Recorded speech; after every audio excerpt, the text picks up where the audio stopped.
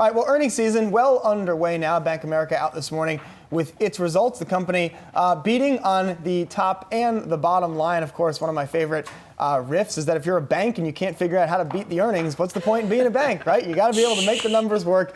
Meanwhile, we got a trade war kind of in the background here. The Fed likely to cut interest rates at its next meeting. That's 2 weeks from today. And joining us now to discuss all things markets and earnings is Alpine Wood's portfolio manager, Sarah Hunt. Sarah, welcome back. Thank you.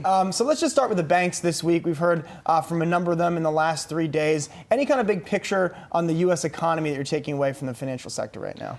Well, the banks, the earnings weren't very well accepted, but I would say that the good news so far for me is that the consumer looks pretty good. The consumer charge-offs aren't changing. These are the kind of things that you would see at the end of a cycle in the economy. So whether or not people are worried about the net interest margin coming down because rates are going to come down again, which is part of the reason the banks are having trouble performing, that's part of the issue. But I think really looking at that consumer health and looking at the growth in consumer loans tells you that people are spending money and people are doing things. And that is kind of what you want to see continue if you think that we are not at the late stage and we are not about to have a much slower economy. And then, of course, yesterday we got the strong retail sales numbers for June. And I guess the question is, do we need to go back in time a month and say, well, the concerns about recession weren't actually founded, and the data did turn around after sort of a soft patch, and that late cycle narrative is perhaps just emerging because it's been a long time since a recession, but the data aren't really saying that a recession is near. I think the biggest concern for the U.S. is what's going on globally, because you've got a global economy that is slowing, and that it's hard to think that we are not going to ultimately be impacted by that. But if you look at employment numbers and if you look at the jobs numbers and some of even the wage growth, which isn't as robust as people are looking for, it's still better than people expected, and you're not getting a bad jobs picture. That's good for consumer spending. And I think 1 month going from May, where everybody was like, oh no, the jobs numbers are terrible, to June, where, oh no, they're much better. I think month to month it's a little tricky, but I think overall you're still not seeing a deterioration that's continuing, and I think that's the important part. Well, and decelerating growth is not the same as a recession. I mean, it does. Right. It's interesting how many people are insisting that the recession is coming, but many were saying 2019, and now everyone is sort of moving the goalposts. It's and now in 2019, months. yes, exactly right. And you check back in, and yes, sometime in the next 2 years. Well, it's going to keep delaying. I mean, everyone is just convinced that there would be a pullback happening, but there's a pullback and then there's a full recession. Well, and that's an excellent point, because a recession is really, you need to see negative growth. I don't think anyone's looking for that right now. I mean, Europe looks the weakest.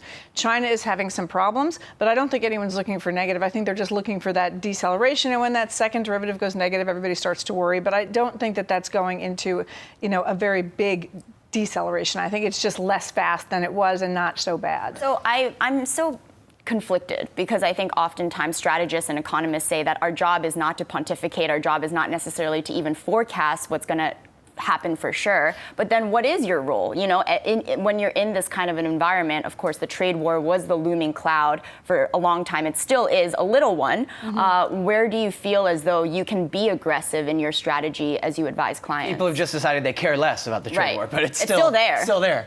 Well, and I think if you got some negative news, they would start to care very quickly. I mean, you even saw a downdraft yesterday when there was we're far away from statement it. about we're far away from it, and there are more tariffs that can come. I think that is still very much on investors' plates and on investors' minds.